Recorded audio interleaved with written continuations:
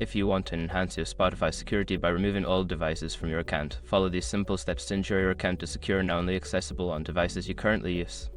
Step 1. Log into your Spotify account. Open your web browser and go to the Spotify website. Click on Login and enter your credentials to access your account. Step 2. Access account settings. Once logged in, click on your profile picture in the top right corner. From the drop-down menu, select Account to navigate to your account settings. Step 3. Go to Security Settings. In the Account Settings menu, look for the Security or Privacy section. Click on it to view your security settings, including devices linked to your account. Step 4. Review linked devices. In the Security Settings, you will see a list of devices currently linked to your Spotify account. Review this list carefully to identify any old or unused devices. Step 5. Remove old devices.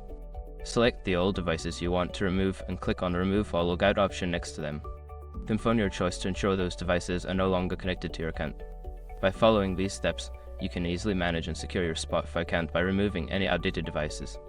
Regularly checking your security settings is a good practice to keep your account safe.